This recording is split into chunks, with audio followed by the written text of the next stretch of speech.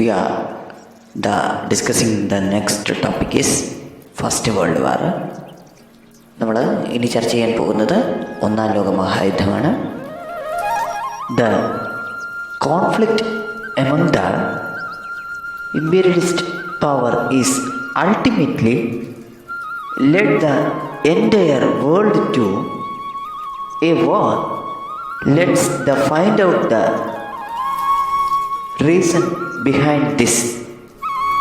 The European nations vied with each other, establishing in colonies. This competition led to conflict among them and caused mutual distress and enmity.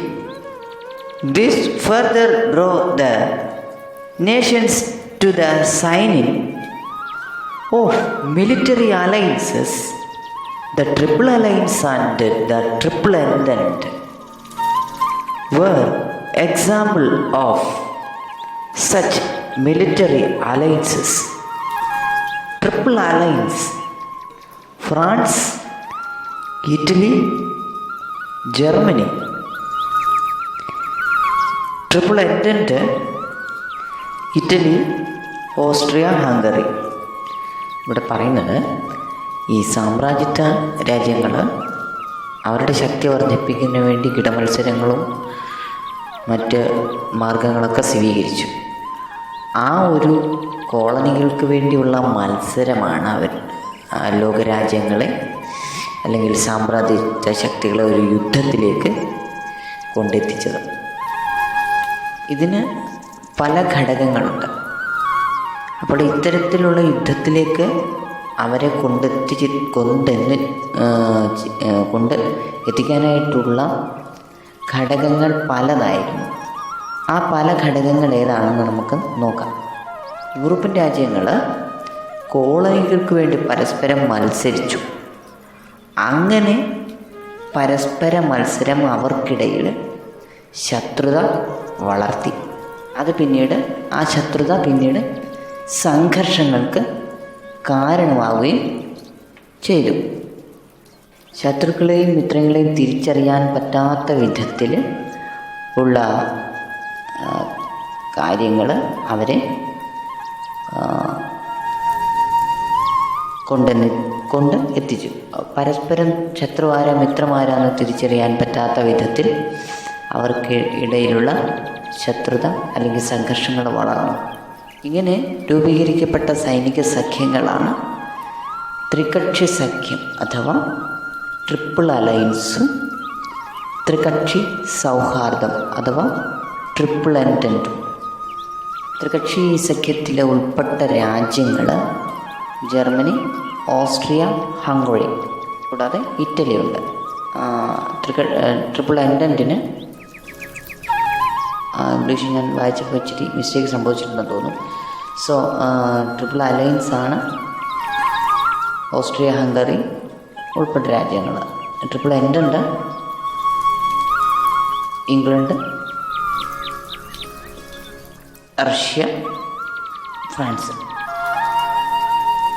A war atmosphere in Europe, they started manufacturing and buying lethal weapons, and European nations resorted to various strategies to succeed in their imperialistic competitions.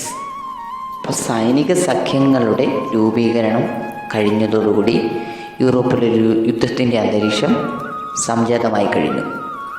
അവർ പുതിയ ആയുധങ്ങൾ നിർമ്മിക്കുകയും ആയുധങ്ങൾ വാങ്ങിക്കൂട്ടുകയും ഒക്കെ ചെയ്തു. അപ്പോൾ ഇത്തരത്തിൽ സാമ്രാജ്യത്വ മത്സരങ്ങളിൽ വിജയിക്കുന്നതിന് വേണ്ടിയിട്ട് യൂറോപ്യൻ രാജ്യങ്ങൾ വിവിധ തരത്തിലുള്ള മാർഗങ്ങൾ അവരെ സ്വീകരിച്ചു. അതിലൊന്നാണ് തീവ്രദേശീയത അഥവാ aggressive nationalism. Aggressive nationalism was one among them. The European Nations use aggressive nationalism invite to other countries. Aggressive nationalism considered their own nations as the supreme and the justified whatever we the actions of their nations. Various movements in Europe such as Pan-Slav, Pan-German and the revenge movement were an offshoot of aggressive nationalism. Russia, Pan-Slav movement. Russia wanted to unite the Slavic people of Serbia, Bulgaria, Greece, etc. in Eastern Europe under her leadership. For this, the Pan-Slav movement was formed with the help of Russia. Pan-German movement. To establish this dominant in Central Europe and Balkan provinces, planned Germany to unite Teutonic people. This Pan-German movement came to being under the leadership of Germany. മറ്റു രാജ്യങ്ങളെയും അവരുടെ കൈവശമുള്ള പ്രദേശങ്ങളെയും കീഴടക്കുന്നതിനുള്ള മാർഗമെന്ന നിലയിൽ European രാജ്യങ്ങൾ ദേശീയതയെ ഉപയോഗിച്ചു. ഇതാണ് തീവ്രദേശീയത അഥവാ aggressive nationalism എന്ന് അറിയപ്പെടുന്നത്. സ്വന്തം രാജ്യം മറ്റുള്ള രാജ്യങ്ങളെക്കാൾ ശ്രേഷ്ഠമാണെന്ന് കരുതുകയും സ്വന്തം രാജ്യം ചെയ്യുന്നതിനെല്ലാം ന്യായീകരിക്കുകയും ചെയ്യുന്നത് ഇതിൻ്റെ പ്രത്യേകതയായിരുന്നു. തീവ്രദേശീയതയുടെ വളർച്ച യൂറോപ്പിൽ ചില പ്രസ്ഥാനങ്ങളുടെ രൂപീകരണത്തിന് കാരണമായിട്ടുണ്ട്. ഇനിയും നമ്മൾ പറയുന്നത് തീവ്രദേശീയതയിൽ അടിസ്ഥാനമായി രൂപീകരിക്കപ്പെട്ട പ്രസ്ഥാനങ്ങളെക്കുറിച്ചാണ്. അതിലൊന്നാമത്തത് പാൻ-സ്ലാവ് പ്രസ്ഥാനം. കിഴക്കൻ യൂറോപ്പിലുള്ള സെർബിയ, ബൾഗേറിയ, ഗ്രീസ് തുടങ്ങിയ സ്ലാവ് വംശജരായിട്ടുള്ള ആളുകളെ തങ്ങളുടെ നേതൃത്വത്തിൽ യൂണിഫൈ ചെയ്യാൻ അല്ലെങ്കിൽ ഏകീകരിക്കാൻ റഷ്യ ആഗ്രഹിച്ചു. അതിനായിട്ട് ഈ മേഖലയിൽ റഷ്യയുടെ സഹായത്തോടു കൂടി രൂപീകരിക്കപ്പെട്ട പ്രസ്ഥാനമാണ് പാൻ-സ്ലാവ് പ്രസ്ഥാനം അഥവാ പാൻ-സ്ലാവ് മൂവ്മെൻറ്റ്. രണ്ടാമത്തെ പ്രസ്ഥാനം എന്ന് പറയുന്നത് പാൻ-ജർമ്മൻ പ്രസ്ഥാനമാണ് അഥവാ പാൻ-ജർമ്മൻ മൂവ്മെൻറ്റ്. മധ്യ യൂറോപ്പിലും ബാൽക്കൻ മേഖലകളിലും സ്വാധീനം ഉറപ്പിക്കുന്നതിനായിട്ട് ജർമ്മനി കണ്ടെത്തിയ മാർഗമാണ് ട്യൂട്ടോണിക് വർഗ്ഗക്കാരെ ഏകീകരിക്കുക എന്നുള്ളത്. അതിനായി ജർമ്മനിയുടെ നേതൃത്വത്തിൽ ആരംഭിച്ച പ്രസ്ഥാനമാണ് പാൻ-ജർമ്മൻ പ്രസ്ഥാനം. The next is revenge movement. 1871 Germany occupied Alsace and Lorraine, the territory that were under the control of France. To regain these territories, the revenge movement was formed under the leadership of France. പ്രതികാര പ്രസ്ഥാനം അഥവാ revenge movement 1871 Germany ഫ്രാൻസിൻ്റെ കൈവശമുണ്ടായിരുന്ന Alsace, ലൊറൈൻസ് എന്ന പ്രദേശങ്ങൾ അവർ കൈവശപ്പെടുത്തി.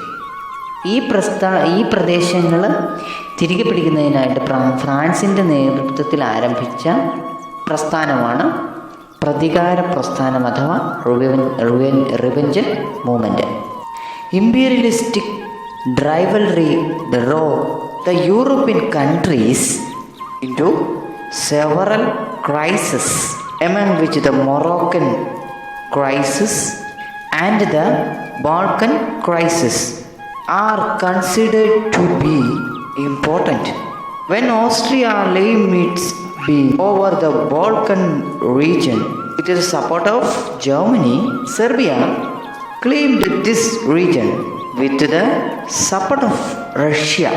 During this time, Serbia used Galaxy of Principe assassinated Francis Ferdinand, the heir to the crown of Austria, at the Bosnian capital Sarajevo.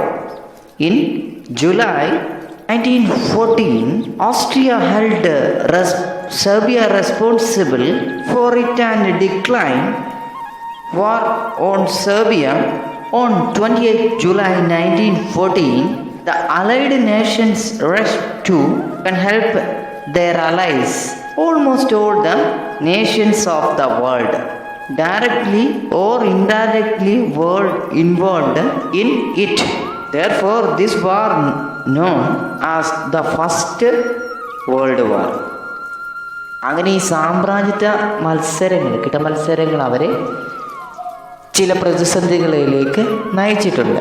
അവയിൽ പ്രധാനപ്പെട്ട പ്രതിസന്ധികളാണ് Moroccan പ്രതിസന്ധിയും Balkan പ്രതിസന്ധി എന്നിവ. സാമ്രാജ്യത്വ രാഷ്ട്രങ്ങളെ പ്രതിസന്ധികൾ, ഒന്ന് മൊറോക്കൻ പ്രതിസന്ധിയാണ്. ഏതാണ്ട് 1904 ബ്രിട്ടനും ഫ്രാൻസും ഒരു രഹസ്യസന്ധി അല്ലെങ്കിൽ ഒരു സീക്രട്ട് ആയിട്ടുള്ള ഒരു അലൈൻസ് ഒപ്പിട്ടിട്ടുണ്ട്. ഉടമ്പടി പ്രകാരം ആഫ്രിക്കൻ രാജ്യമായ മൊറോക്കോയിൽ ഫ്രാൻസിൻ്റെ ആധിപത്യം ബ്രിട്ടൻ അംഗീകരിച്ചു. പക്ഷേ മൊറോക്കൻ പ്രദേശം കൈവശപ്പെടുത്താൻ മറ്റൊരു രാജ്യം ആഗ്രഹിച്ച് ഇങ്ങനെ നടപ്പുണ്ടായിരുന്നായിരിക്കട്ടെ. അതാണ് ജർമ്മനി. ആ ജർമ്മനിക്ക് ഇതങ്ങോട്ട് ഇഷ്ടപ്പെട്ടില്ല. മൊറോക്കൻ തുറമുഖമായിട്ടുള്ള അഗഡിയർ എന്ന് പറയുന്ന സ്ഥലത്തേക്ക് ജർമ്മനി യുദ്ധക്കപ്പലുകൾ അയച്ചു. തുടർന്നുണ്ടായ ചില അനുരഞ്ജന ചർച്ചകൾക്കൊക്കെ ശേഷം ഫ്രഞ്ച് കോങ്കോ ഫ്രാൻസിന് നൽകിക്കൊണ്ട് ജർമ്മനിക്ക് നൽകിക്കൊണ്ട് ഫ്രാൻസ് ഈ പ്രശ്നം പരിഹരിച്ചു. ഇങ്ങനെ പ്രശ്നം പരിഹരിച്ചെങ്കിൽ പോലും ഇവർ തമ്മിലുള്ള ശത്രുത തുടർന്നു വന്നു. രണ്ടാമത്തേത് ബാൽക്കൻ ക്രൈസിസ് ആണ്, അഥവാ ബാൽക്കൻ പ്രതിസന്ധി. ബാൽക്കൻ മേഖല ഈജിയൻ കടലിനും കരിങ്കടലിനും ഇടയ്ക്കായിട്ടാണ് ബാൽക്കൻ മേഖല സ്ഥിതി ചെയ്യുന്നത്. ഇത് ഓട്ടോമൻ തുർക്കികളുടെ ഭാഗമായിരുന്നു, സാമ്രാജ്യത്തിൻ്റെ ഭാഗമായിരുന്നു. നമ്മൾ